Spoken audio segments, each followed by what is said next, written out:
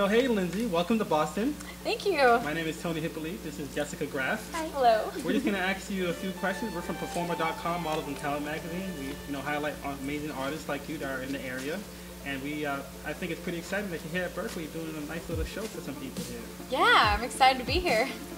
So you started playing the violin at age, 6 or 7, basically. What happened with that? Yeah, so when I was just a little kid, my mom and my dad used to take my sisters and I to all the free concerts in town because we lived in LA. And, I would just, after hearing all this music and being exposed to classical music, both in our home on this old record player and in concerts, I just started begging my parents for violin lessons at the age of 5, and finally they found a teacher that they could afford and a little violin they could, rent when I was about 6. And what made you choose the violin of all the classical instruments? Right, okay, so when I would go to these concerts, one, the violins always get the cool parts. They've got the fast, really cool, solos, and everybody else is just kind of, so, one, they were featured so much, and then 2, the first violinist is always the one that comes out onto the stage. They get their own applause, they bow, and they get to tune the orchestra, and so from very early on, it was very apparent to me who the star of the orchestra was. Yeah, and I'm sure coming from a big family that you wanted your own spotlight outside of the family. So playing the violin and getting to be the star of the little orchestra is definitely a good thing.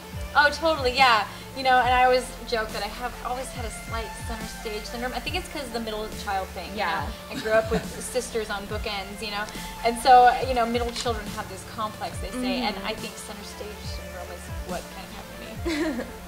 It's working to your advantage. So when did you or your family know that it was something different about you? In terms of okay, this girl is not this orchestra geek. How did they know it was okay, she's doing something big? How did you know? Well, I did take just strictly classical music, up even through high school. I did join a little rock band in high school, but we weren't, that was very low key. But when I started trying to earn money for college, I entered these talent competitions. The Junior Miss pageant is actually what it was. And that was kind of my plan of, okay, I gotta win some money so I can go to college, And through these talent competitions, I started playing rock violin because I didn't want to just go out on the stage and impress. I've done that enough. I wanted to go out there and I wanted to entertain. I wanted it to be an experience for me and the audience to connect and not just a So that's kind of when it transitioned from oh, she plays violin, to, oh wow, Lindsey is learning to perform. This is something unique. Ironically enough, my senior year of high school, I was in the Junior Miss pageant for scholarship money. I lost, and the girl who actually won had a violin solo. Oh, really? For her talent. So could have been Lindsey. Yeah, it wasn't, but I lost you. Thanks. I didn't go to college because of you. I'm just kidding. Wait, what state? Rhode Island. Rhode Island? Oh my gosh. It wasn't you. Okay, good. I was Arizona. So we're good, everybody. We're good. Nice. So when did you notice, because I've seen your YouTube, you have, how many followers do you have? I think it's well over 800,000 subscribers. Crazy. Absolutely crazy. It's at 300,000 on the website. Oh, really? Yeah, oh, well, it's grown since then, I guess. Wow. When did you notice your YouTube channel finally take off? What was the defining moment that all of a sudden people were paying attention to? Yeah, well, it kind of started. Video, or? Yes, I would say I did a dubstep violin song. It was an original song called Crystallize that I co-produced. I wrote the violin part, put it out there. I was really nervous to try dubstep because dubstep is normally very harsh and grungy, and I was like, I want to try to make dubstep beautiful. So yeah, I did this kind of experiment, and I was like, oh gosh, people are, I hope I don't get eaten alive by the dubstep crowd, and it just went extremely viral, and within 2 days, I think it had over 1 million views. Wow. And it's getting close to about 30 million views now. Yeah, aren't you up to 750 million views on your YouTube channel? What am I at? No, it's at 130 something million. So whatever, yeah, that's still impressive. Anyway. Yeah, not bad. It's crazy when you think, first of all, I'm like, whoa, that's a lot of views. And then you think about it as, those are people, views and the, subscribers, sometimes I get it so in my head that, oh wow, there's our numbers. But then you think about These are individuals. These are people that, you know, that have their own passions and their own dreams, and it's really cool when it makes it full circle and you hear that in a small way, like something I did inspired somebody else to do art of their own, and that's when it becomes like cool, amazing, like wow, that many views. These are people. Music definitely puts people in certain moods, and to think that your music is helping influence someone's mood throughout the course of the day, it's pretty powerful. Yeah, definitely. It's very like humbling. Like, yeah. Wow. What Well, one interesting question I have is that I had a friend that was really passionate in violin. She was a pretty talented person, but she was very like structured and she didn't like experimental stuff.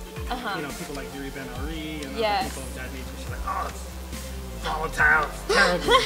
So, like, did you ever get any scrutiny from violin or orchestra enthusiasts that like, why would you even touch the dubstep scene or stuff like that? Yeah.